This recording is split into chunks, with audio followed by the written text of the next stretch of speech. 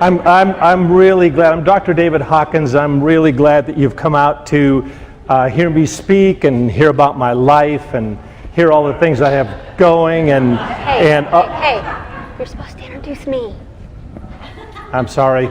This is my colleague Sharmen Kimbrough. She's here to co-present. But as I was saying, I've had an incredible year. Hey, we're supposed to be not talking. We're not supposed to be showing them a narcissist. We're supposed to be talking about narcissism. Okay. Let me start again. Thank you for coming. Any facsimile between how I act now and how I acted before is purely coincidental. There's supposed to be a dramatic difference. All right, anyway, Sharmen Kimbrough is going to be co-presenting today, and this, I think, is the first workshop on narcissism and NPD and narcissistic victim syndrome. Am I correct on that? This is we have one clapper. This is going to be a long hour and a half. Come on. All right, anyway, we are going to talk about narcissistic men and the women who love them. And it's going to be a good workshop. We're going to learn from you. You're going to learn from us. We're going to ask you to write out your questions and hold them till the end. I mean, unless I say something really incredibly edgy, which I really can do, you can raise your hand and interrupt me, and I will not be too narcissistically wounded. Okay? Some of you know that language. You're going to learn some language here today. All right. How many of you have worked with a narcissistic man? Okay, yeah, they're around. They're out there. Watch out. There's none here, which is pretty cool, right? How many of you have worked with a victim?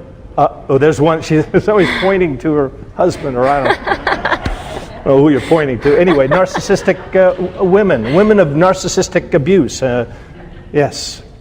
Victims of emotional abuse. We're going to be using words interchangeably. I mean, our focus is on narcissism and narcissistic men, but you're going to hear us use words emotional abuse, and I think our work will dovetail a lot with other speakers that you know about. You know about Leslie Vernick, and you know some other people, and so anyway, our language will be very similar.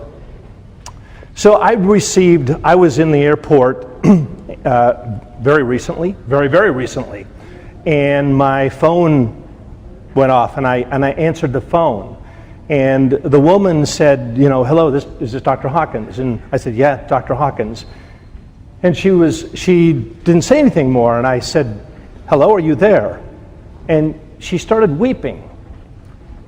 And I said, are you okay? And she said, well, no, I'm not okay. I can't believe that you answered the phone. Am I interrupting you? I said, no, you're not interrupting me. I'm in the airport. We're fine. And she said, I can't believe that I'm talking to you. I just need to talk to somebody. I am married to a Christian man, and the church says I've got to stay and pray, and I read and I watch these videos that say run as fast as you can, and I don't know what to think. Stay and pray, run as fast as you can. What do I do?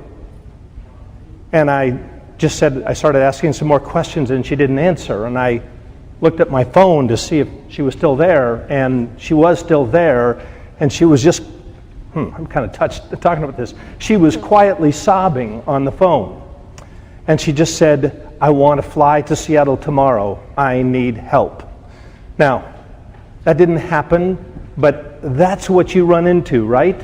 That's what you face. You face this incredible narcissistic abuse and narcissism and victims, and sometimes they commingle, and we're going to be talking about that today. And so it's just really an incredible field, and I'm just so glad you're here, and we're going to learn together. So what was going on in the mind of this woman, Sharmen? She probably most of all, at that moment when she called Dr. Hawkins, was feeling absolutely vulnerable, fear of exposure, mostly because of her shame of having just realized that she's been in this narcissistic relationship for so long and feeling really foolish for having stayed in it, for, just for still being there. So she's ashamed of that. She feels like she's risking everything to open up her world to Dr. Hawkins and let him see into that. She feels crazy, devalued, discarded. These are all the background emotions that she's experiencing just because of how her husband has treated her. She's also, feeling very stuck, and part of that comes also from that feeling of failing like she's honoring God, because she's been told that it's being nagging, it's trying to play the Holy Spirit to stand up against the abuse that her husband is dishing out on her. And so she feels like she's not honoring God by saying, no, this is wrong, and the church is telling her that. And so it's just this really stuck place where she feels like she's been managed down to nothingness. Nothing about her matters. It's not important, it's not valuable, it's not worth listening to, it's not worth caring about. And she almost feels like it's not even worth trying to step out of that. She's just afraid and very, very alone. So, who are the narcissists? Who are these people that we've given this label to? And who are these men? What are narcissists like? Who are these men where I receive a phone call and they can reduce this woman to tears at simply hearing a reassuring voice? I mean, think about that for a second. And by the way, that happens to me all the time. All the time. The past 10 years I've been specializing in this, and that was not an unusual or an uncommon phone call. Have you had a call like that, folks, where just a little bit of hope? Let me see your hands. A little bit of hope, a reassuring voice is enough to just soften this individual. Is there really a lifeline? So, all right, who are these men and who are these women? And we're going to answer those questions today. So, you're going to walk away today learning more about what is narcissistic personality disorder. And by the way, NPD, many of you probably know this, it was almost not placed in the DSM-5. So there's just a lot of information and, frankly, misinformation about what is NPD, and if somebody has some narcissism, are they narcissistic? Do they have narcissistic personality disorder? What exactly is going on? So a fact for you, and that is that actually, and I don't know, I wonder about this statistic, but the National Institute of Health says that 5% of the population has NPD. What do we say about that? Do we say that's not very much?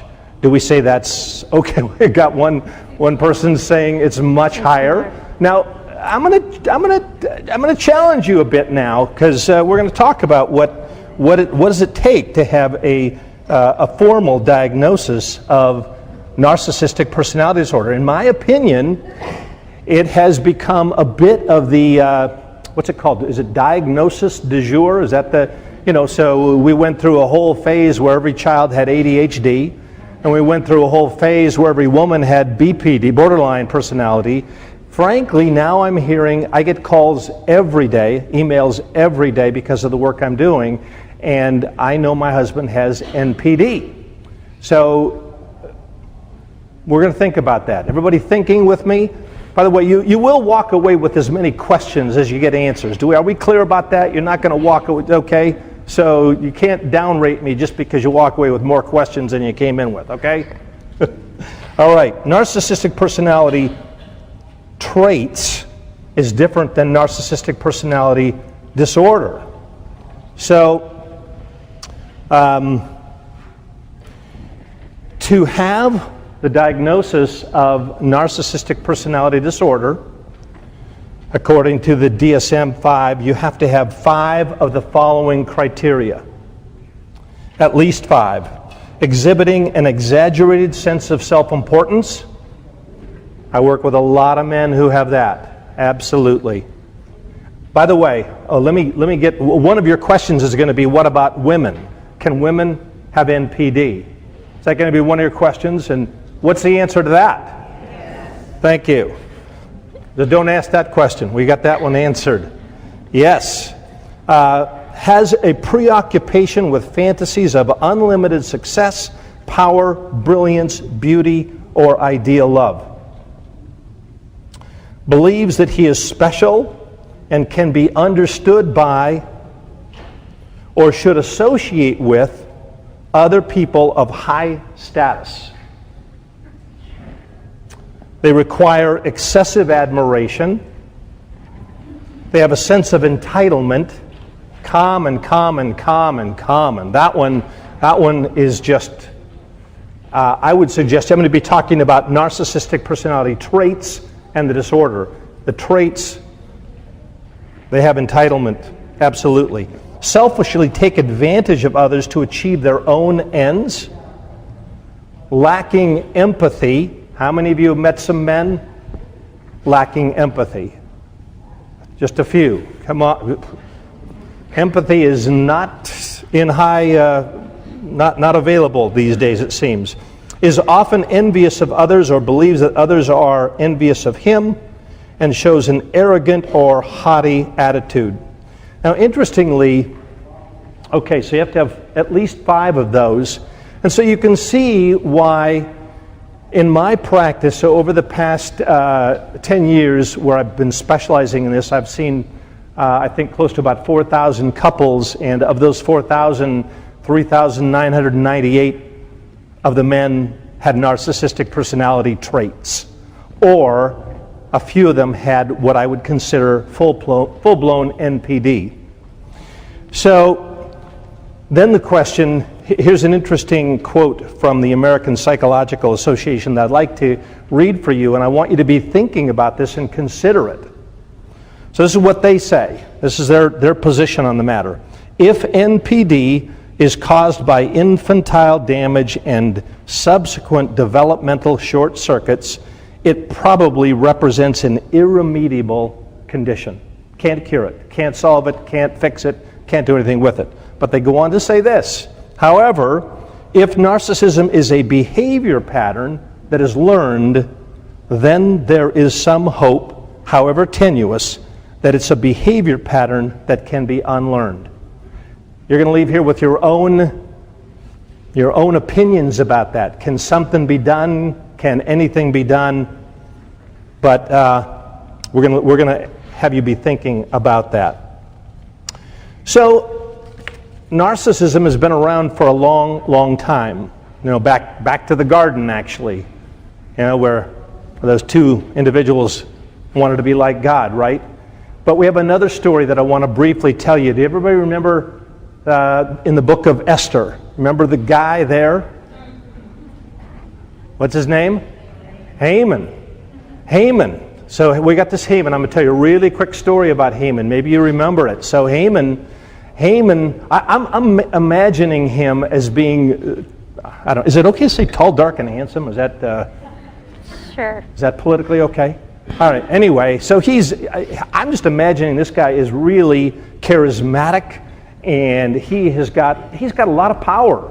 He's got a lot of power, and he's got a lot of influence, and so he's already got a lot of everything. He's got it all, but that wasn't enough for Haman. So Haman, remember the story, he wants more, and so he's already played up to King Ahasuerus, and he's played up to the king, and he has gained even more favor with the king, and he rises up so there's nobody below him in the kingdom. And then what does he want everybody to do? Bow down. Yeah, what? I guess I'm going to be calling on you. Bow down. Bow down. Okay, Haman. Look, you've already got enough power. Do we have to bow down? But then we got a plot within the plot, right? So it's not just enough to have people bow down. Somebody doesn't bow down, and he's going to annihilate the Jews, the Jewish people. But you know the story, and it's a really exciting, it's a cool story. It's a good read, by the way, if you haven't read it. So anyway, the gallows that he prepares for the man who wouldn't bow down, Mordecai. Adios, Haman. So Haman dies by his own evil, sinister devices. I think he was a narcissist. I think on the spectrum, I'm going to be talking about spectrums.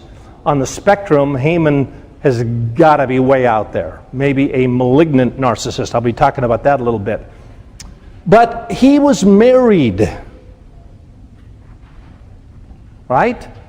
Remember that? You know this. Is there only one person? Anybody read the scriptures here? Do you know that? Have you? Okay. I need you to participate in scriptural stuff, especially. So he's married to this woman named Zeresh, and I'm wondering what is going on with her. And so Sharmen's going to give us a little bit of insight as to what might be. What's Zeresh doing? Well, probably, back in biblical times, wives were chosen. There was no dating or anything, so she didn't get a chance to get to know him in a dating period. But I imagine that when she was chosen by him, she felt really special because he was tall, dark, and handsome, and very powerful. So at first, she was probably really flattered, captivated, but then it became that she was captive. There's a part of the story of Esther where it talks about her encouraging him to build the gallows. She's all for admiration and encouragement and building him up, even though it's something very destructive, until she realizes that that's going to be his destruction. And then she tries to talk him out of it, but at that point, she's completely dismissed. He doesn't even listen to her. But, it goes from that cycle of she's chosen. So now, she gets to feel a little bit powerful, but she's very quickly dismissed, devalued, and discarded. And she tried to talk him out of his plan, right? And he did not listen. And he did not listen. And do we know how that story ended? I mean, it ended with good things. We don't know what happened to Zeresh. We don't know what happened to her. So, let me tell you a present day story, true story. So I want to tell you.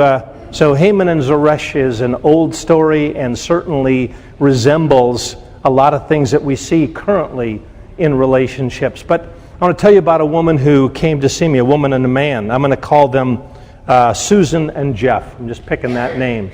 So Susan tells me that she meets Jeff when they were young, and Jeff is an aspiring attorney, and he is working very, very hard. And he's a Christian, and he's very active in the church, and there's just a lot of really good chemistry, and the relationship is just wonderful at first, right? And they're connected, and she understands that he's going to become an attorney, and she understands that that's going to take time, and so on. But she didn't count on the fact that after he would become an attorney, he would serve on the church board, he would serve on the Chamber of Commerce board. He would rise up in the ranks of his law firm. He would become powerful and have prestige and money. And so he takes care of her financially in every way. They have a lovely home. They have 3 lovely children. But he rules and dominates her, and he controls the relationship, and she is trying to scramble for time but doesn't get it, scrambling for love but doesn't get it, tries to talk to him, but he has an answer for everything, as you can imagine. I'm not picking on any attorneys. Any attorneys here? Okay, good. Whew. Anyway, anybody, this can happen. So he's powerful, and narcissists are powerful, and he gained a lot of admiration, and she wanted to have a relationship with him, but that wasn't going to happen. And every effort she made, and she worked harder and harder and harder until she just wore down. And Sharmen's going to be talking about what happens to a victim. This woman said something to me that was really, it stuck with me. The story stuck with me. And she showed this to me with her hands. And she said, you know, I used to just push and push for time. I used to push and push for attention. I used to push and push to have a relationship with my husband. But now, you know, the cogs that go together, there's no oil in the cogs. I don't have anything left. Now what he does that used to irritate me drives me crazy. Now when I try to talk to him, when I even choose to try to talk to him, and the grease just isn't there, the oil isn't there, I just am wore down. Susan, like many victims, now has psychosomatic issues. She has headaches. She has fibromyalgia. She has adrenal issues, which I'm seeing more and more. How many of you are seeing that in your victims? Yeah. It's a phenomenon. You will be reading about it. You will see it more and more. And so Susan has given up. And the church says stay. And he has all the answers. He can quote 1 Peter 3. He can quote 2 Corinthians 7, which says you're to stay, win them over, stay and pray. We're not about, by the way, saying don't pray. We're not about even saying don't stay. But you can see how Susan would be conflicted, and now there's no grease left in the cog for her, and she is weary and worn out. So tell us, what's going on with her? Why is she staying? And how did she get caught up in this situation? She got caught up in it by, being swept off her feet by him. And someone somewhere has coined this term, love bombing. And really what it is early on in the relationship, he has been showering her with praise and attention and admiration and trying to meet her needs. And depending on how narcissistic he is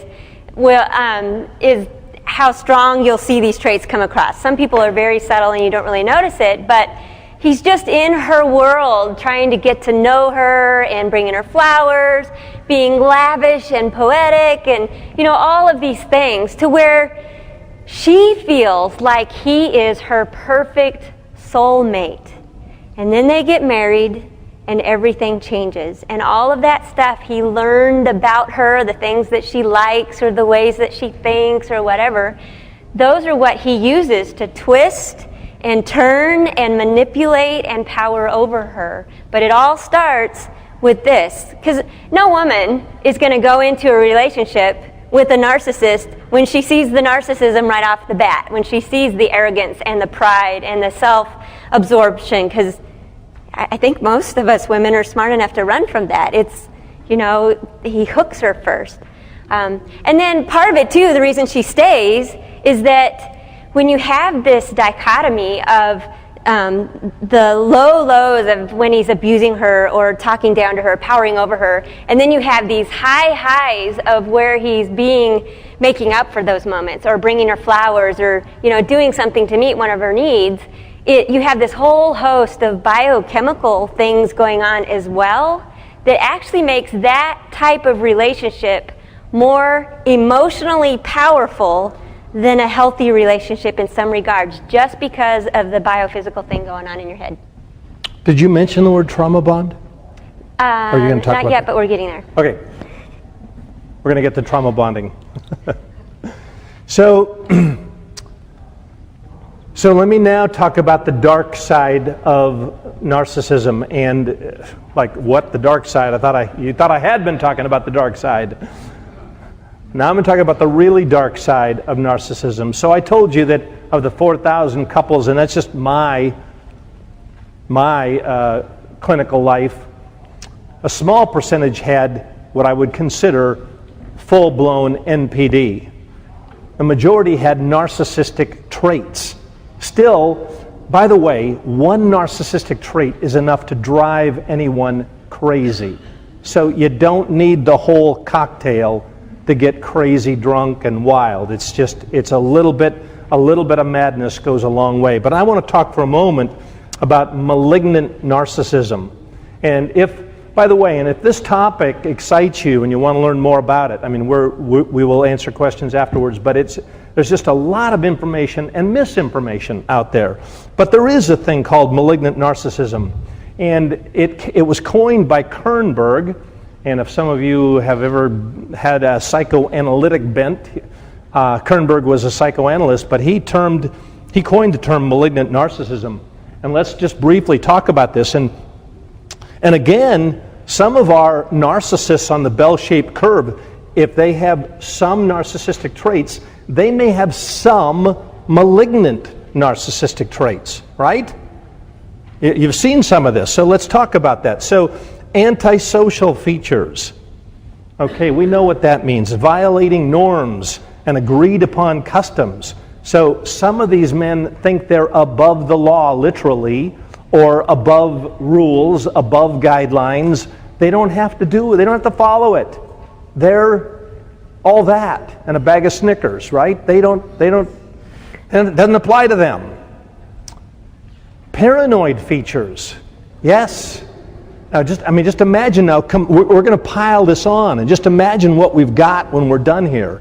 Paranoid features. Here we see narcissistic wounds so prevalent, they are easily wounded, and they're thinking everybody's trying to hurt them. Their mate just tries to hurt them. That's what they're doing. Their mate is just trying to hurt them. So easily wounded, so fragile. And if you're out there watching the videos or doing the research, reading the different authors, you'll read about narcissistic wounds. And they're wounded so easily, and it stems from a paranoid flavor in their personality. This one just sends shivers up my spine, but it is absolutely on there. Egocentric aggression, meaning they can be mean, and it's okay with them. It's just okay. It's okay. You hurt me, I'm going to hurt you. That's the deal. That's the trade here. And you know what? I only did to you what you did to me, and that's how this equation is going to work. So we see, and how many of you have heard, you certainly have heard this, but this term is out there all over the place. It's Dr. Jekyll and Mr. Hyde, right? And it's a reasonable term. I'm dealing with pastors, and I'm dealing with CEOs, and I'm dealing with I'm just everyday people. I'm dealing with people that are singing in the church choir. I'm dealing with all of that, but they're Dr. Jekyll and Mr. Hyde. I cannot tell you the hundreds, if not thousands, of phone calls I've received that start like this.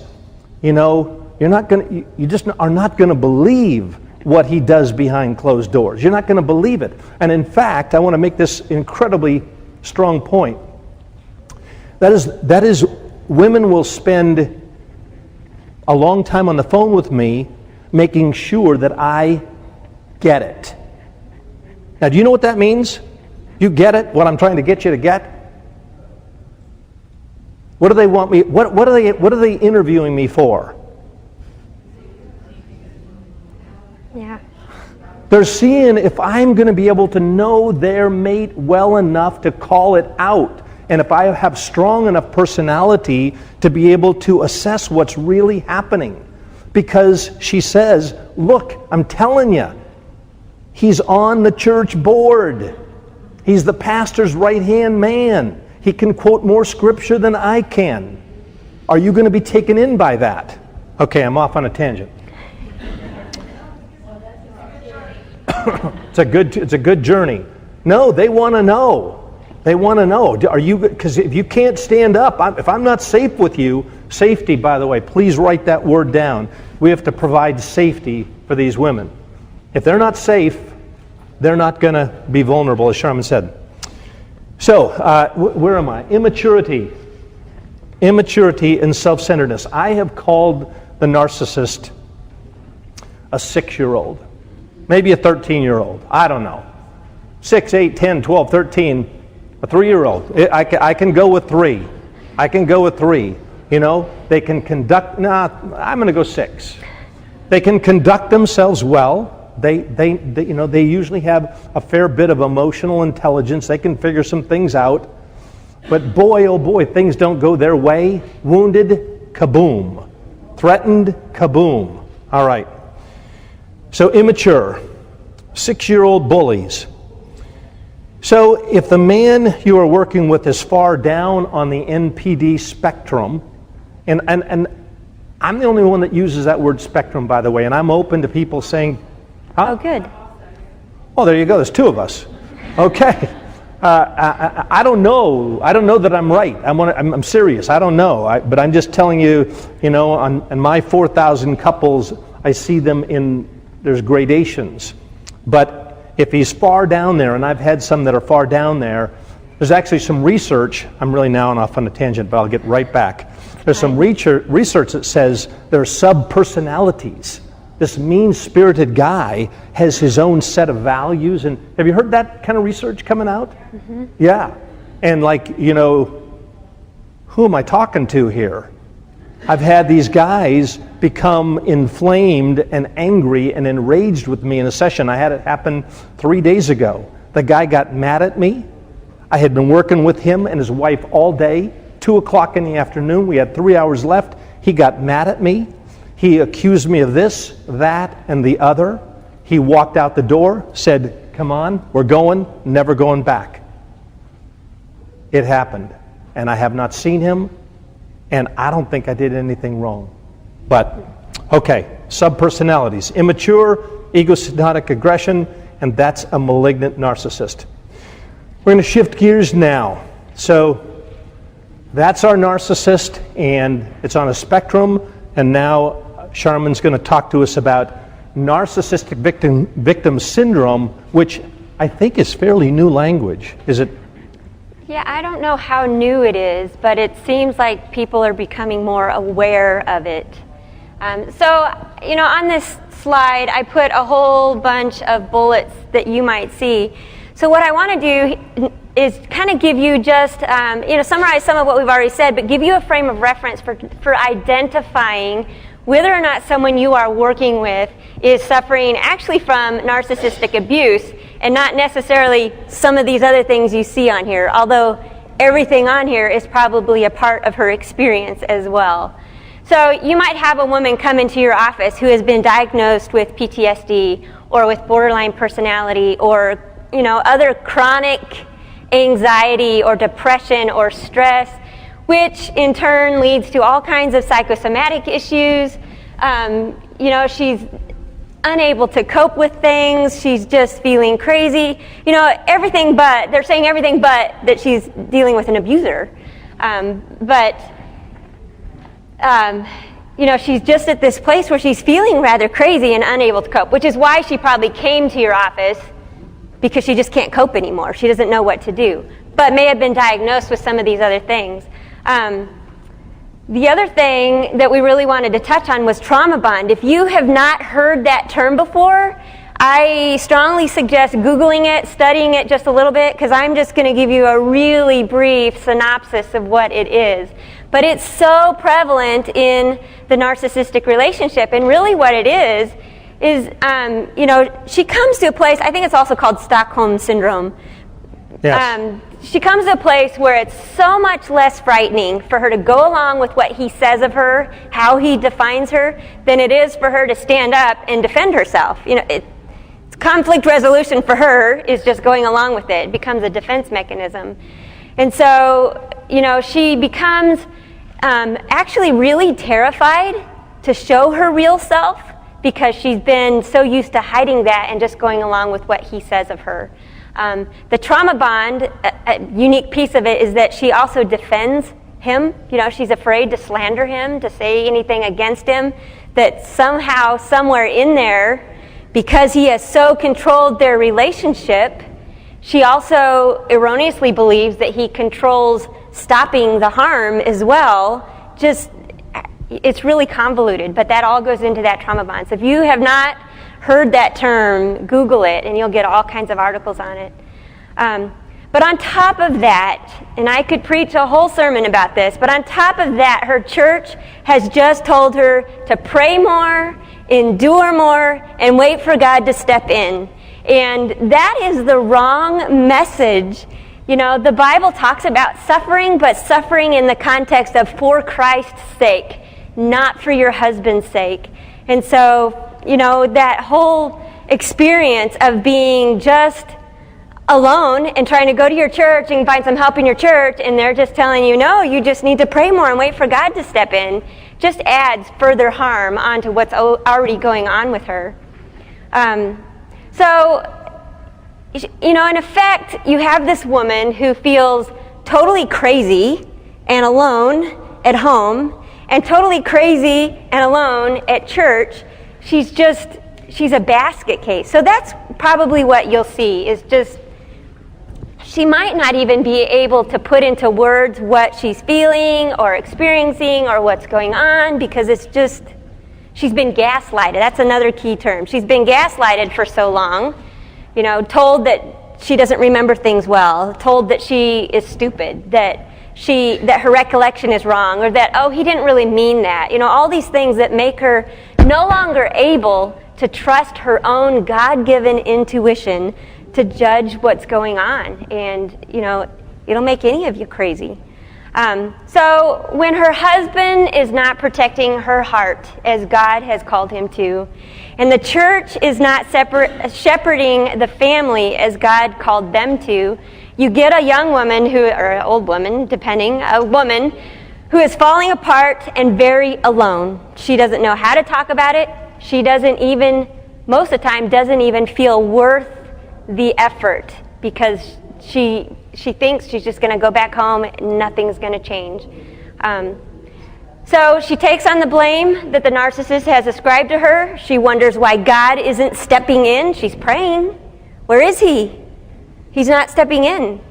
And then she wonders what she's done to deserve this. What is God trying to teach her? Just lost and alone is really probably the biggest key in this. So it sets up this dynamic where she feels somehow deserving of this pain, that God's trying to teach her something in the waiting. And, you know, she has no concept, and this is another big key, she has no concept of her own autonomy or her own ability, not just responsibility, but her own ability to take a different step in a different direction and put down boundaries that will really mean something so that she can get out of there. So when I talk about, you know, some of the tools in a minute about how to treat this, that's one of the elements, is just teaching her a little bit at a time that she has the ability to step out of this. Not step out of the marriage, because not all of them want to do that. But there's so much within the context, even of remaining in relationship with that narcissist, where she can find safety, find her own footing in herself, and live out her life in the power of God to be the 1 Peter 3 type of woman, to be love and grace and mercy to him. Even if he never changes anything, she can still find safe space in there if she knows how.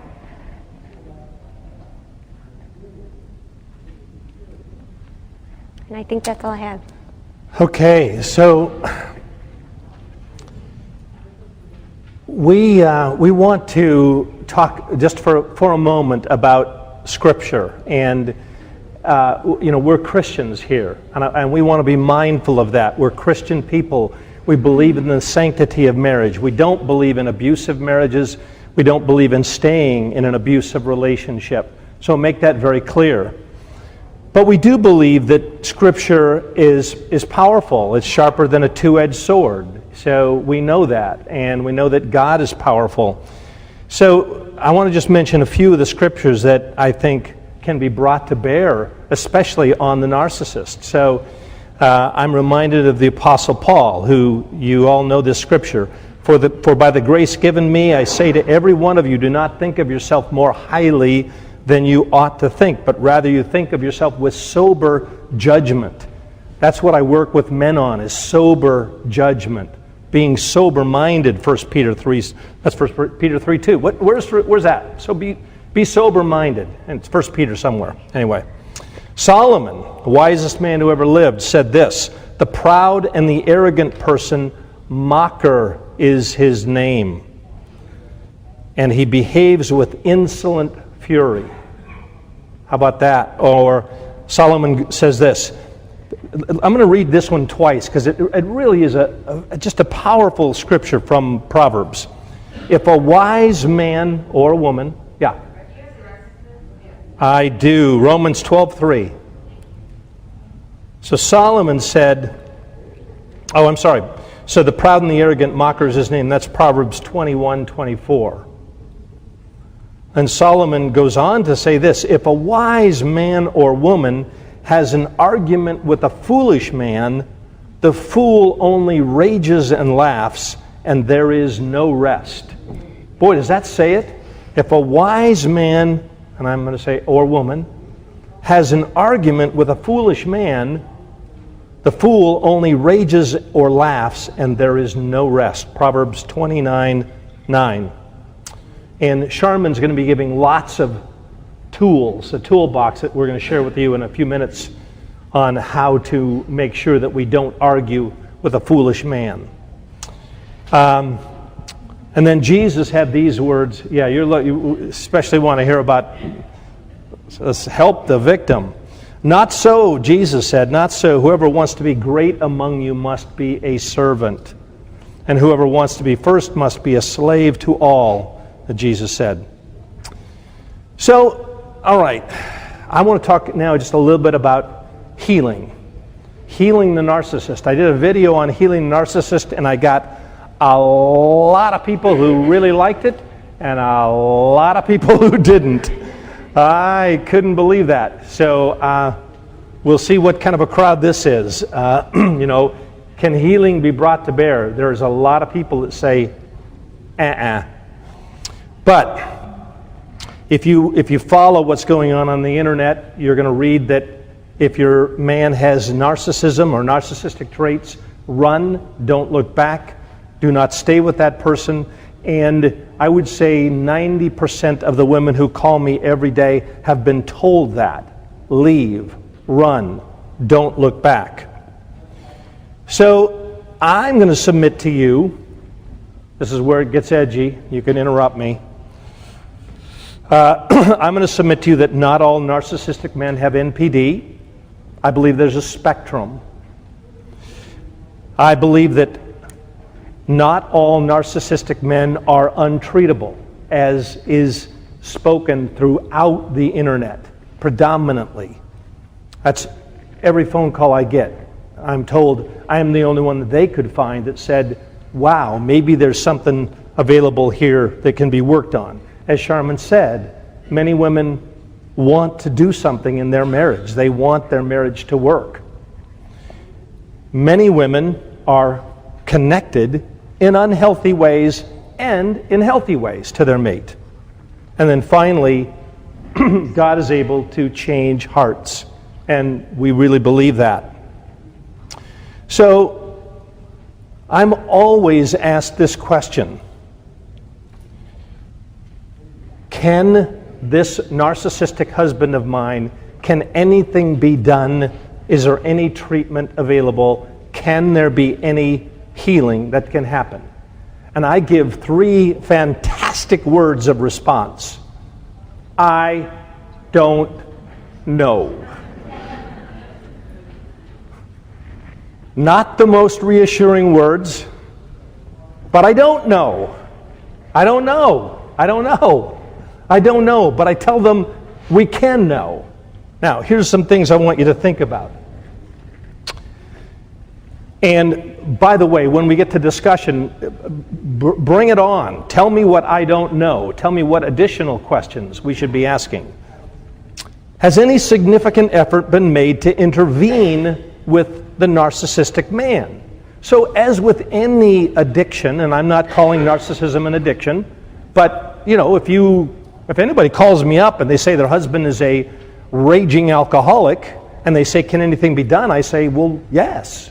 Yes. Has an intervention been done? What has been done to intervene to stop this destructive process? Now, some of you are thinking, wait a second, who's going to do, who's going to do this intervention, right? Is that the obvious question? I don't have an answer for that. So, I just have questions, And I told you I would be leaving you with a lot of questions. So, if an intervention has been done, what effort has been made? What was the intervention? Was the church involved? Not too many churches are going to touch emotional abuse. Not too many. So what was the effort? What was the intervention? Third question, how successful was the intervention, and how was the narcissist held accountable for depth character change? Please write that down. If you haven't written anything down, write down number 3, because that's what I do. That's what I do for a living. Hold narcissistic men accountable for depth character change. Because this is character pathology that we're talking about. Did it come from an overbearing father? I don't know. Is it chemical? I'm not sure. Is it sin? Absolutely is. Okay. Number 4, if there was significant intervention with professional treatment of the narcissist, did it include accountability? And if so, what was the outcome? Did she leave? Was he then put into a treatment program? I know what you're going to say. There is no treatment program, right? And there isn't that I know. Is there a treatment program? There's no narcissistic treatment program. I'm a little infomercial. I'm preparing to do a 4-day intensive with narcissistic men. I can't get anybody to come, but it's still going to be cool. So, I'm just trying, What can I do? If no significant intervention has been done to date, is the woman willing to initiate an intervention? Sharmen's going to talk about that. Will she have the necessary support to do so? Is the church going to support her? So again, here's what I want you to think about. The issue comes down to needing lasting character change. Character change ain't easy. Anybody figured that? I figured that out. However much junk I have in my character, I am still trying to grow up. My wife is not here, so she cannot report to you what I think she would say, which is I'm trying to grow up. It's hard. So an intervention. So here are 4 things that I think, and this is just my current thinking, and I'm trying to... There's 6. Oh, there's 6. Okay. There's 6 things. That's even better. We got 6 things. An intervention, number 1. An intervention must occur where the narcissist is threatened with losing their mate. Or you know the deal. There's got to be a breakdown before there's a breakthrough, right? It's the way change happens. So it doesn't happen by confrontation alone. It doesn't happen by repeatedly getting upset with him. It just doesn't happen that way. There's got to be some kind of an intervention, and what I have found is there's got to be a significant threat. Now here, and I'm going to probably catch some flack at question time for this, here's what I have found. I would like anybody who can affirm me to do that after I say this. The naysayers, I do not want you to raise your hand. What I have found is when a woman leaves, the man very quickly is reduced to vulnerability. We have a soft underbelly and we can't live without our mates. How many of you have found that? That when the woman Thank you. Doesn't anger come first? Oh, anger. Oh my goodness. When he says, don't let the door hit you in the fanny when you leave. The problem is being able to navigate the anger. Absolutely. Don't let that door hit you in the fanny when you're out the door, and don't bother calling me because I'm not, or I guess he's leaving, or she's leaving, and that's got to be navigated. But here's a stat. It's my stat. It's a stat of 1,000 or 2,000. When the woman has left, in every case, the man at some point has buckled. Okay, I'm going to move on. You can think about that. Number 2, the intervention must include significant confrontation of the character traits. We have a lot of therapists, not you, but they're out there, who don't know what to look for when we're looking for character pathology. Okay? It's sometimes emotional abuse, blame shifting can be incredibly subtle. Incredibly subtle. And so somebody has got to be there to confront that kind of stuff and to see it happening. She feels it. This is what women tell me over and over again. I can feel it. I can feel it. The gaslighting, the blame shifting, the minimization, the deflection. I can feel it. And sadly and tragically, she carries it. Okay. So the narcissist must be confronted repeatedly with their self-protective maneuvers. And by the way, that's my theory in large part for narcissism. What I find, so if we call narcissism self-aggrandizement, self-protection, then by theory, I think self-protection means he's trying in really, really, really destructive ways to take care of that little wounded place inside of him. You buy that? And so he's going to say, get off my back. I can't do anything right. You're always harping on me. And what can she do? And she's rendered powerless by his deflection because he's got this little 6-year-old boy that's wounded inside. Number 3, the intervention must include a healing of the self-concept that has promoted these attitudes of self-aggrandizement and the immature and damaging behavior. I have a form that I have my men fill out every day. What happened? What kind of issues came up today? What did you feel? How did you deal with it? What were your thinking errors? Really quick. Thinking errors, you know about them. Narcissists have a whole bucket full of them. You know, this shouldn't happen to me. I'm getting a raw deal, playing the victim, deflection, gaslighting, minimization, rationalization, sanitization, spiritualization. They've got a whole bucket of them to protect themselves. Number 4, the intervention must include healing for the victim of the narcissist with new and healthy boundaries to reinforce the ongoing change. So somebody's got to be right there. My work, I feel like I'm an ICU doctor, and I work intensively. And I am right there helping to navigate, creating safety, making sure that we can work on these issues. Number 5. Okay, number 5, healing for the victim. Let's see, we got that. This change process will always need someone strong and influential to guide the couple through the change process, if couples counseling is even recommended, and Sharmen's going to say some things about that. So, you can see that change is an arduous process. Some of you are not going to want to do it. Some of you are called to do it. Some of you are called to treat both the narcissist and the victim, and we want to support you in that. Tell us about healing for the victim. Okay. Before I go into that part, I know that's what you're waiting for, but we're a little bit behind the times. We don't have a sign-up form on our webpage for putting in an email if you want to sign up for our newsletter, so you kind of have to do a 2-step process here.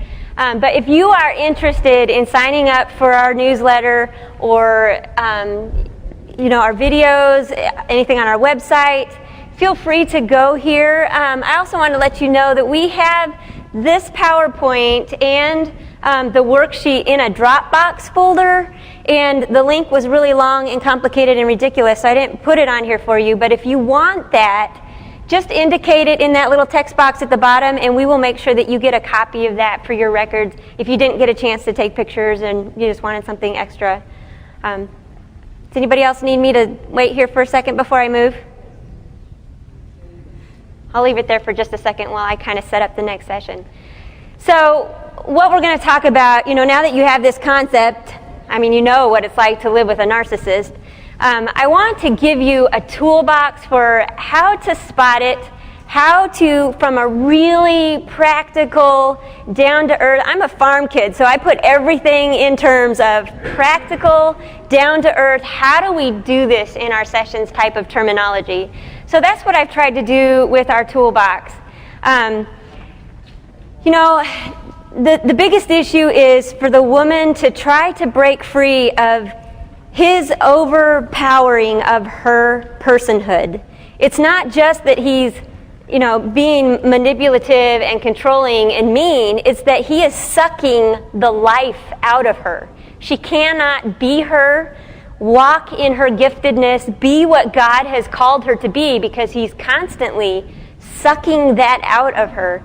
So this toolbox is really meant just to help you get her into a frame of mind where she can find her own footing, and it can be modified to be used both in a setting where she is trying to go no contact, like if they've separated or going through a divorce or just living in the same house separated, living together divorced is the way I've heard people put it. You can use it in that context, but you can also modify these in a way that she can learn to find safe and healing space even as she remains in that relationship. Even if he never changes anything, she just learns how not to let the harm her, not to let it get to her. All right, so I'm going to go ahead and switch it. If someone needs this later, just let me know. I'll give you the information. So these are the elements of it. I tried to name them in a way that would kind of stick with you, like I said, down to earth, practical. So the first one is mind your own business. And, the question is, how do you identify when you're working with someone that's being abused? What is it that you look for? So, I can't tell you how many stories I hear where the woman walks away from counseling feeling like her husband has totally snowed the counselor, charmed him with all his charms, or found his new best friend. And it's because she sees the dynamic in the counseling office that she has to deal with at home, the gaslighting, the subtle minimization of the chaos he's creating at home, and the ways that he makes it look like, that's not what he meant. He's really being a good guy. She's just taking it all wrong. So the question I ask here is, who's talking about who? That's really what you're looking for. So when you have a couple come to your office for counseling, and one of them is highly narcissistic, he is there for you to make her change. He sees nothing wrong with his behavior because it's working for him. So he's not going to change it. It's getting him what he wants. So the typical story is this. You will hear her saying things like, what can I change to make this be different? What can I do differently to meet his needs, meet his demands, be sexier, be a better housekeeper, be whatever it is that's making him unhappy? How can I make him happy? But you'll hear him come in and say, what can I do to make her change? It's just a subtle difference. But if you're listening for that, it'll tell you how to direct the conversation. You could set up ground rules like that they have to use I statements. Everything starts with them. That helps him not to talk about her. But it's really just that sense of, she might be talking about his behavior and his feelings, but it's always in the context of how can I change what I'm doing? She realizes that the locus of control is herself. Even though she's still thinking of it in terms of really codependent ways, she still is talking about it like, what can I do differently? But he is not, he's all about fixing her. So he minimizes his actions, he highlights hers. He talks about his feelings and her behavior, but he's talking about her feelings in the way that he defines them, not in the context of trying to understand what she's feeling. It's always telling her what she's feeling, telling her what her motives are. And it can be very subtle, so you have to watch for it. But if you're always thinking in your head, okay, who's talking about who, this helps you just to separate them, protect her, because it makes you stand up for her, because you're not letting him talk about her, not letting him define her. So that's what you want to work for or watch for in that. The second one, find her lost heart. This is really about affirming her experience. She spent, who knows how many years. A lot of the women I see have been in marriage 20, 30, I have a woman right now, 45 years married. that's just now looking at finally separating from her abusive husband, because she's just been stuck in this so long, not realizing that being told she's stupid, that being told she doesn't remember things correctly, that she doesn't think through things rightly, all these things, these gaslighting things. She doesn't realize that he's doing that to her until she finally comes to this point that she breaks. So for her to find healing, and this is a big piece, because when you get back to her heart, when she can get back in touch with her heart and that God-given sense of intuition and thinking and being and finding her strengths and her giftedness in Christ, that's where you start to set this foundation of healing, because that's what gives her that space to be her, to put up good, consistent boundaries, to have clarity in how she responds to him. You need that. She needs to get back to her heart. And so this is all about just affirming her experience. And this is where you just say to her, wow, that did hurt. That was painful or frightening or, whatever it is, whatever story she's telling you, she just needs you to believe her and tell her it was real.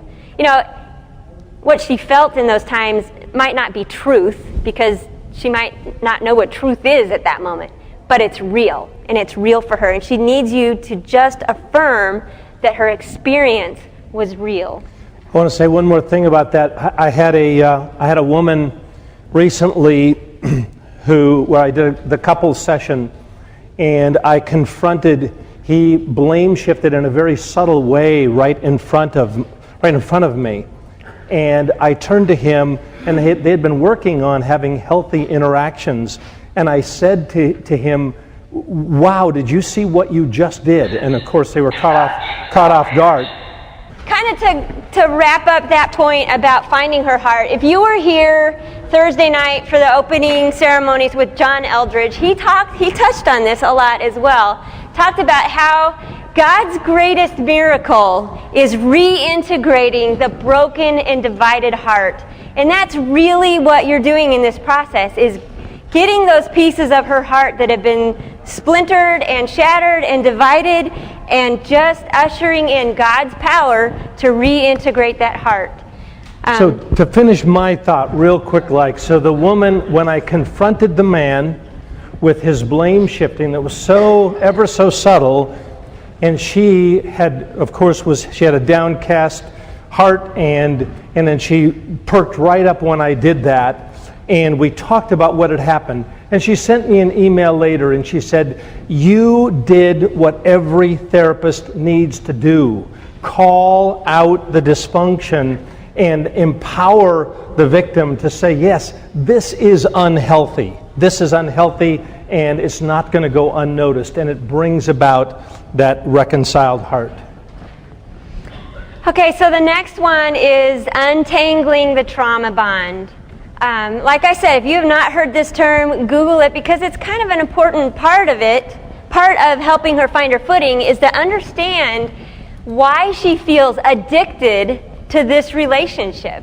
So if you help her connect her experiences with this cycle of the highs and the lows and how she's feeling in all of this, and maybe even talk to her if she's at a place where she can understand, talk to her a little bit about the biochemical stuff going on to help her understand why she's addicted to this, but just connect her experience so that she can learn not to get sucked into it, but to take that step back and be able to just break herself from that cycle.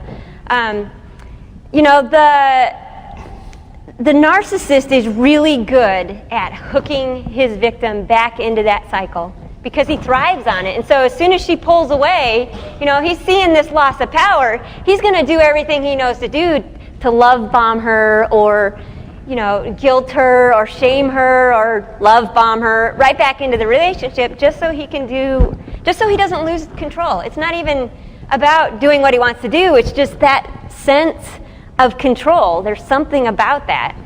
So help her untangle the trauma bond. The fourth one, actively disengage. this is a hard one because of the power of the trauma bond. But, you know, when he's such an expert at hooking her back into that cycle, you've got to teach her in practical terms how to disengage. And I do want to make the point that this is not the same as stonewalling or the silent treatment. Although the narcissist will tell you it feels like she's stonewalling or giving him the silent treatment. But it's really just setting up that boundary that says, I do want to build a relationship with you, but only if you're going to be kind to me. Because if you're going to be, you know, whatever it is you normally do that's mean or angry or controlling or powering over, I'm not going to listen. But if you want to talk to me in a kind, respectful way that's going to be meaningful to help build this relationship, I'm all in. Because, you know, she wants to build that relationship. So you teach her not to get hooked into his desperate text messages. I'm sick, I'm going to the hospital, come save me. You know, that's a way to get her hooked in. Or, something wrong with the kids, can you please call me? There's nothing wrong with the kids. He just wants to hear her voice. Just wants that sense of control that he made her pick up the phone and call her. It's silly little things. And it might be even sillier than that, I don't know, but it's just that sense of keeping her tied to him however he can. So another key word maybe to Google is the gray rock method. I don't know if you've heard of that, but it's basically, you know, if you think of a gray rock, it is as boring as can be. You're not going to pick up a gray rock and take it home and display it anywhere. It's just boring. So teacher, one of the ways to disengage is to be as unshiny and unflattering as possible so that he gets bored with her and gives her that space to heal. She can do this even if she's still in the marriage with the narcissist. It kind of works best if she's going no contact and really trying to break that contact. But either way, it just makes it so that he gets tired of trying to pursue her because she's boring. So he's going to go find someone else to, you know, bother, the kids or something. Somebody that'll pay attention to him or affirm him or whatever. So you want to teach her that. You want to teach her just, you know, if she has to block his email messages, block his phone, block him from her Facebook page. Any avenue he tries to get her sucked back in, give her the tools, just not even to respond. You know, it's even as simple as, you know, if they have to communicate about something and if he starts sticking in all kinds of demeaning talk or contempt or sarcasm or whatever, teach her to filter through messages so she gets what she needs to know and put all the rest in another folder where she doesn't even have to see it, and do not respond. Don't even get sucked into it. Even as much as she wants to defend herself, which you all know isn't going to do any good because it just gives him more fodder to give you something to fight about. Just let it be what it is. Let him be on his own journey in his own space, doing his own thing. If he wants to think that way, so be it. Let him think that way. Once she kind of knows what is, you know, true about her and she's standing in her own space, she can get to a place where she's like, you know, who cares what he says anymore, because it doesn't matter. In the scheme of things, it doesn't matter. Oh yeah, and teach her, you know, that if she has to make any contact with him, to keep it civil and factual and brief. Just short and sweet and to the point so that he has little content to twist and turn and make her look like she's a fool or ugly or whatever it is he normally does. So the next one is kick blame out of the boat.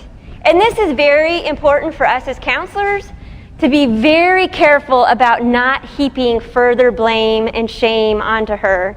She is not meeting with you because she speaks in pink and he speaks in blue. She's not meeting with you because she can't compromise or that they're dealing with unforgiveness or, you know, any of the normal healthy marriage counseling issues.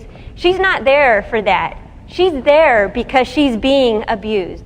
She does not need you to even insinuate that she could be doing more for the abuse to stop, or that she should have seen this and got out a long time ago, or, you know, didn't she see those red flags before she got married?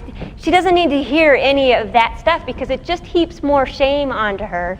And if you remember what I said about the victim syndrome, one of the biggest things keeping her from even coming to counseling is that sense of shame.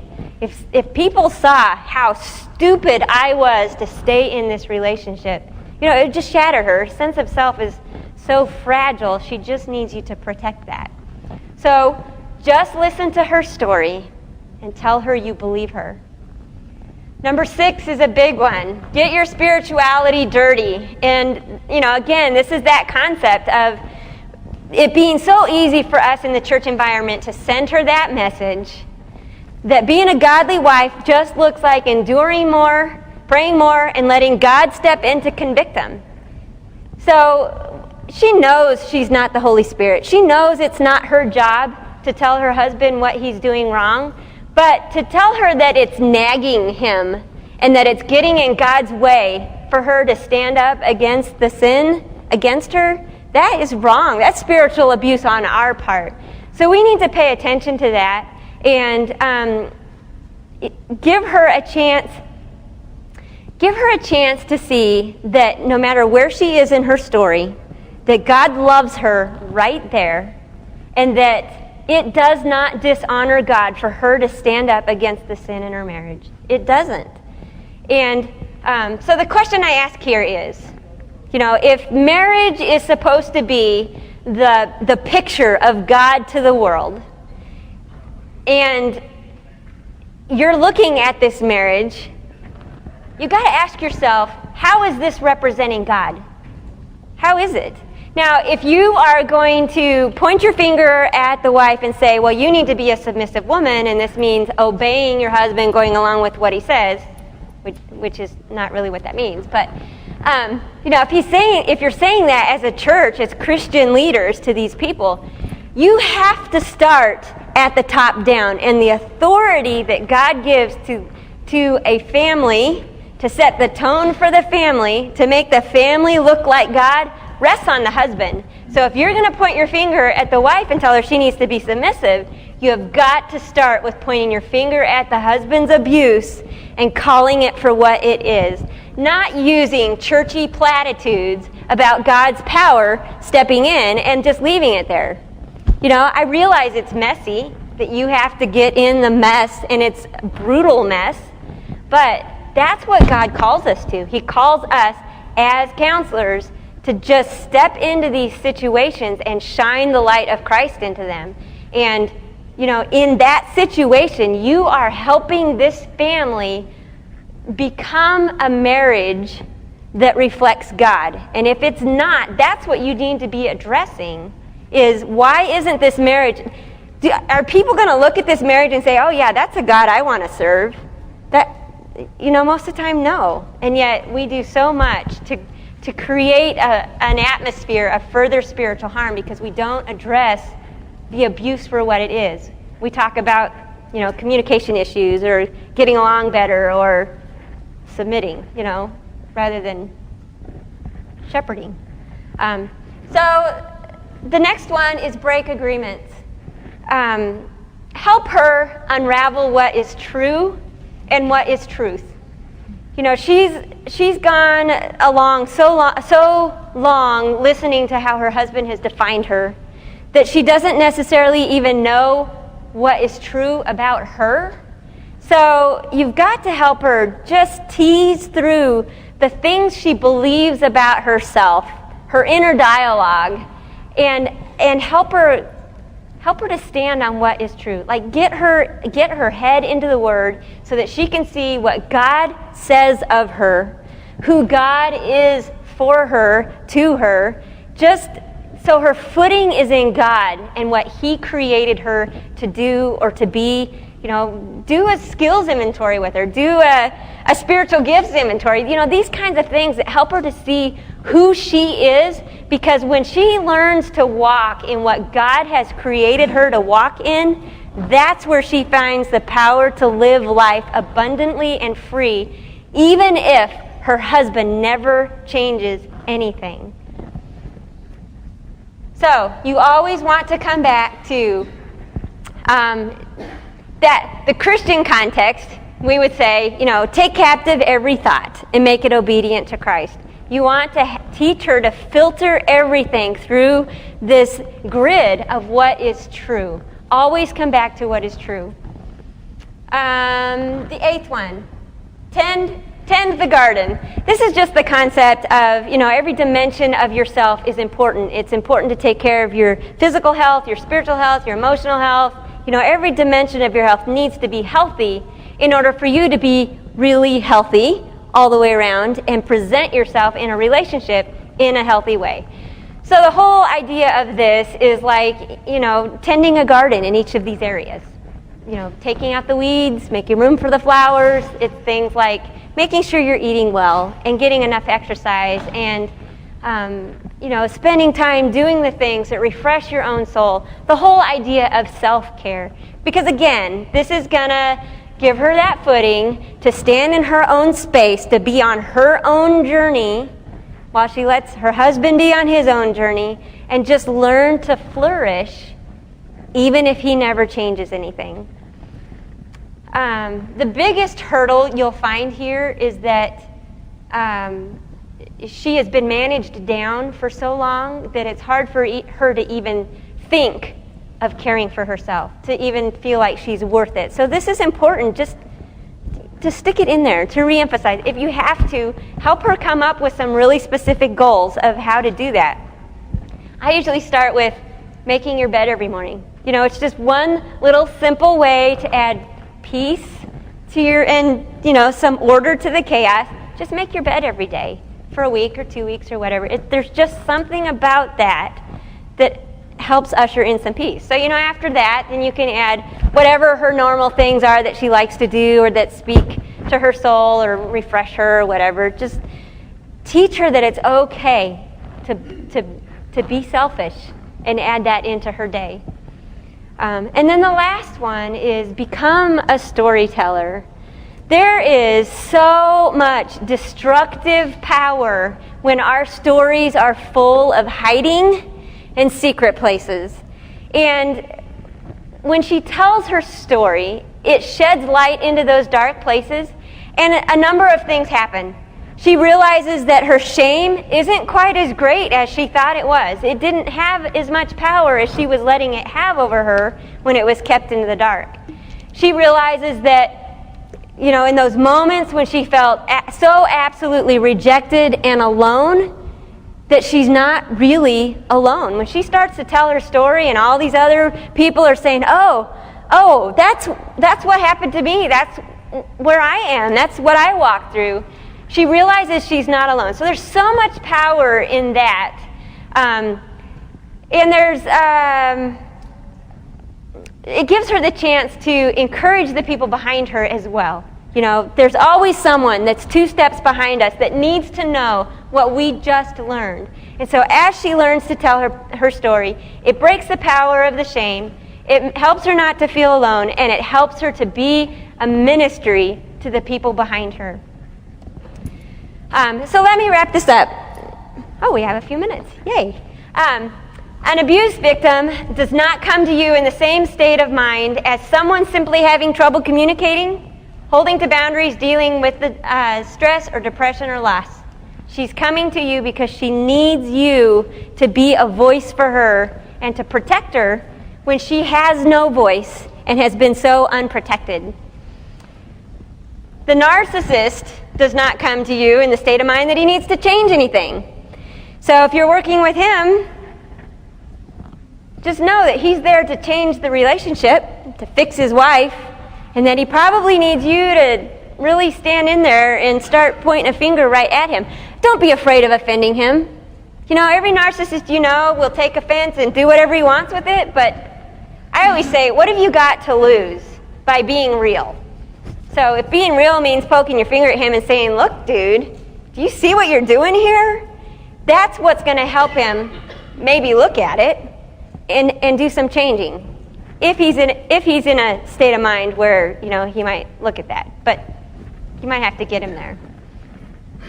So, in summary, if you consider that narcissism is the epitome of our brokenness by sin, you recognize that every one of us is on that spectrum somewhere. We all have pride and arrogance and a sense of making the world revolve around what we want. And the harder our hearts become, the harder it is for God to change anything, the harder it is for us to hear God. But God is still bigger than every bit of our brokenness. But He will never force anyone to change. And so when you're working with a woman, if she's in that session with all of her hopes set on him changing so the marriage is better, you've got to tell her that he's on his own journey with God, and he may or may not choose God. But she will be okay even if he doesn't, if she is choosing God and walking in a way surrendered to Him. God does have a purpose for every single person He brings into your office, even if you feel like you're not being very effective with them. And I want to leave some room for time, but before you go, I want to just speak this benediction over you. As you go out to be ministers of His grace and His mercy to these people who just need you to help stand in the gap and shine the light of Christ into this situation, I just want to leave you with this. May you go in the power of the strength of the Holy Spirit within you to discern truth, because that's what the Holy Spirit does, and to bring comfort and healing, because that's what the Holy Spirit does. And we need that power in us as we walk this out. So if you want to stay, if you want to ask some questions now, we have just a couple of minutes. If you want to stay after, we welcome the opportunity to meet any of you by name, face to face. Also, here is some contact information if you would like to contact us.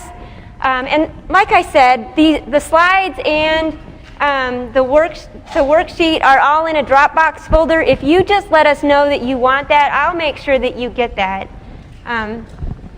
So we haven't left you much time. We're sorry. We had some kind of alarm happen in the middle, and by a smoker that we want to find. What's a question that you might have for us, real quick? Like yes.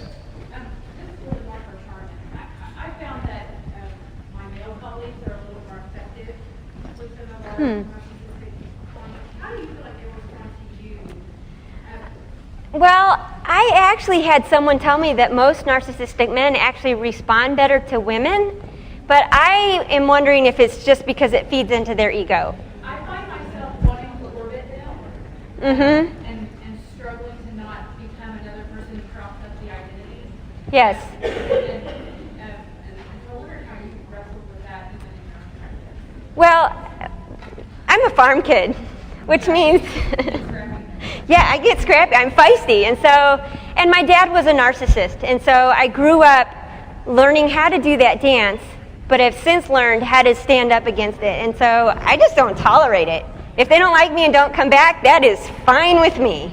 I'll just work with their wives and help them, because my strength is really helping a woman walk through this space, even if she has to stay in that space. And so if the narcissist doesn't want to come back, there is this is another workshop at some point, but are you familiar with the term secondary abuse?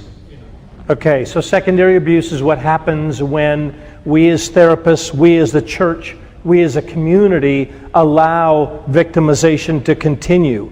So I just think, boy, if you're going to stand in there, because I have countless women who've told me they've gone to therapy and it just was, his behavior was not called out.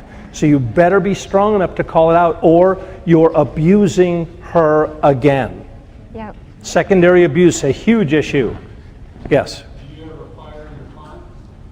Yes, I have. I'm getting ready to do that right So now. have you fired a client? Look, if you're not here to work, if you're not ready to own, you can't change what you don't own. So it's a process. So we have to be patient as clinicians, but we also have to call things out, and this is a change process. I have people sign something. It's not an official document. It's a document that says, I understand that I will be confronted on dysfunctional behaviors, and I get that. So, and I go through that for 20 minutes before I even do any counseling. Next question. Yeah, go ahead. How do you We'll get you right next there. In regards to like the run, not to run, or not to run, how would you address that in like a premarital counseling? If they're in a premarital counseling situation, I say run. Yeah, because, you know, you typically have a situation where the woman thinks, oh, he'll change as soon as we get married. Oof. But what happens is, oh, he changes when they get married, but it's not how she thinks it's going to be. And so if it's premarital, I almost always say you need to take a very hard look at what you're getting into.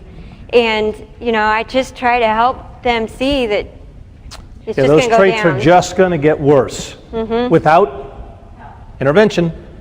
Back in the back.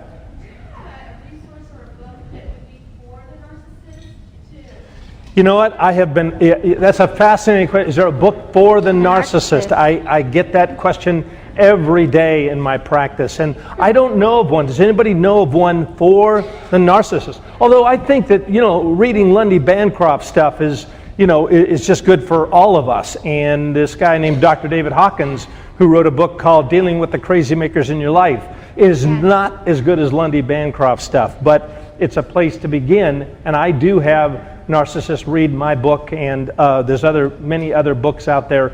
You know, Patricia Evans is a little out there for me as far as edgy, but so no, there is not a book. Anybody? I do know of a resource, but I'll have to think of it.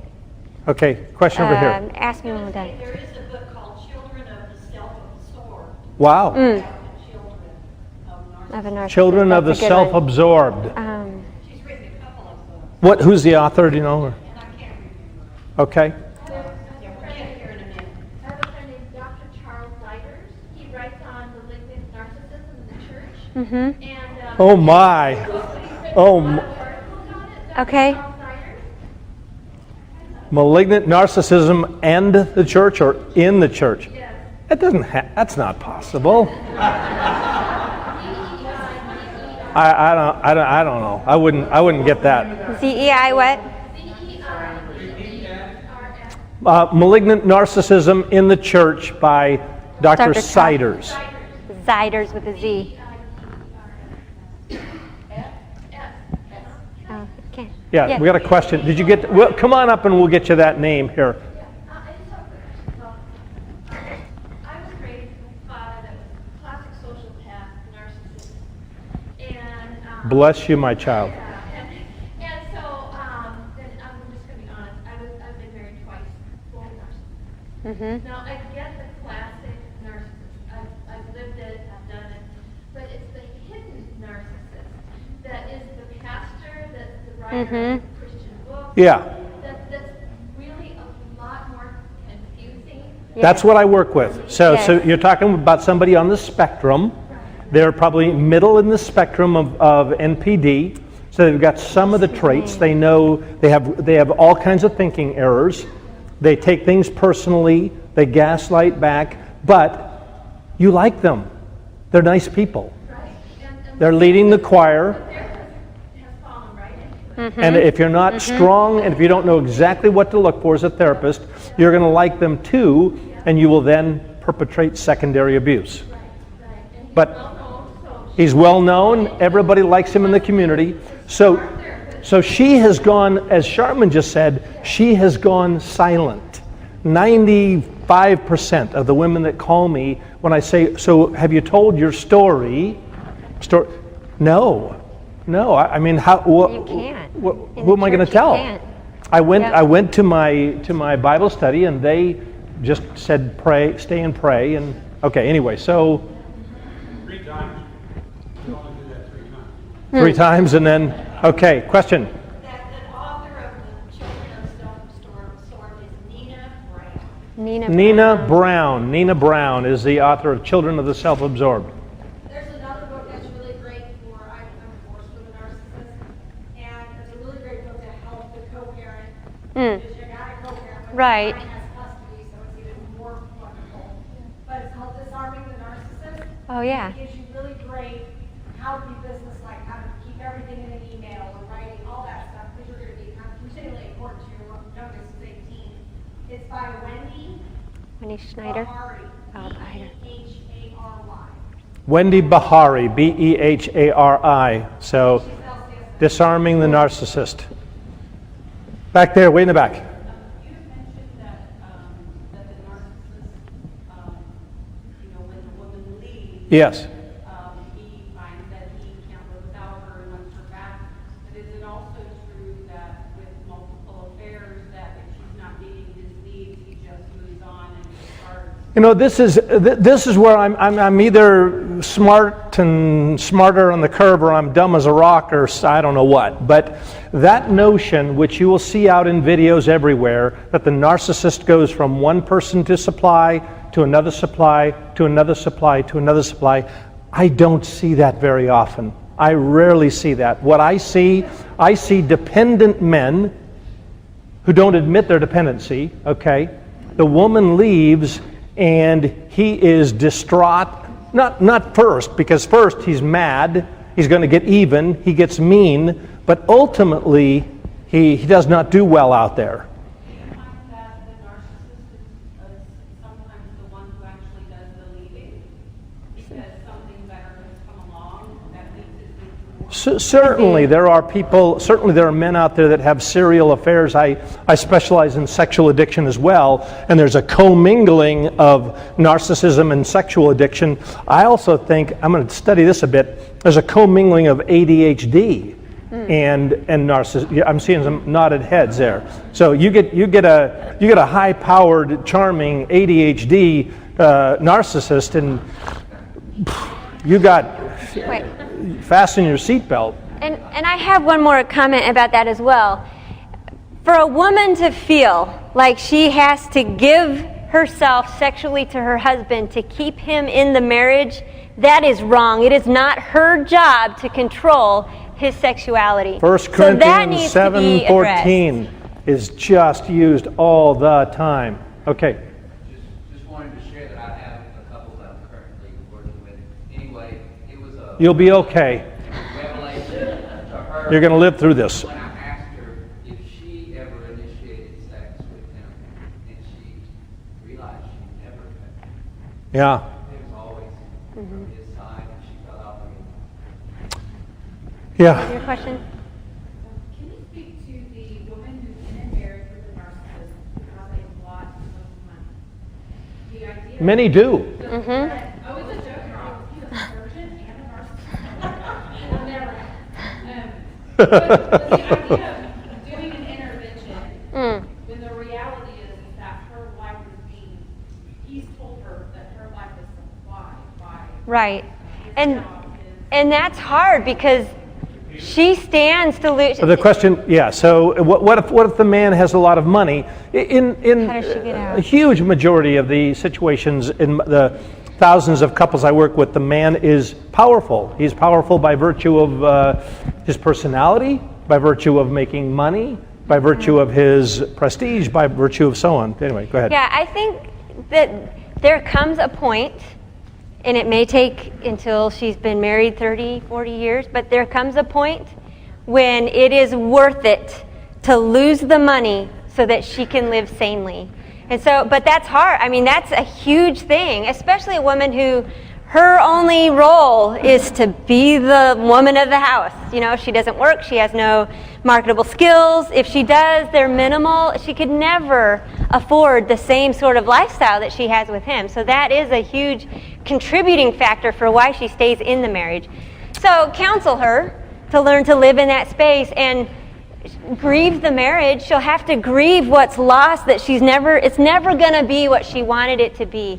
But she can still find joy in that space. She can still live out her giftedness in that space. So you can work with her there. There may very well come a time where it's worth it to her to lose it all so that she can be free to be herself. Last question, and then we'll want to quickly, go ahead, sir, and then we'll talk about, we're going to share just a couple of ideas we have, and we'll let you leave here. We'll let you leave. You may leave. How often do you find that narcissists, from your experience, from your experiences, how often do you find that narcissists realize through therapy that they are narcissistic? And then at that point, is it kind of like a gradual realization, or is it like, oh, I'm You know, this is where I think the internet actually has been helpful. I've had many men who have emailed me. Now they're in some state of distress. So, you know, wife has left and they're hurting, and they've watched some videos and they've said, hey, I think I am. The man who just out of the blue, marriage is going fine, she hasn't done anything, calls me up. That's happened once in the last 10 years. Yeah. So, we'll actually take one more question, then we'll go ahead. Something that might be generational passed down. Oh, absolutely. Absolutely. I always tell people that every single thing you do or think is a learned behavior. So much of, even your responses, how you feel about something is a learned behavior. So when it comes down to it, yeah, it can go from one generation to another because it's been taught. Yeah. Absolutely. Last question.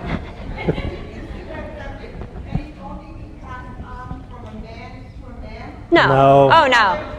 No. And you know, we have talked about this in terms of the man is the narcissist and the woman is the victim, but the roles could totally be different. It's just, I work with women, so that's how I talk about it in that context. He works mostly with men, so narcissistic men. So he talks about it from that context. He works with women too, but you know. So we put it in that context, but just know that this can all be switched the other way around.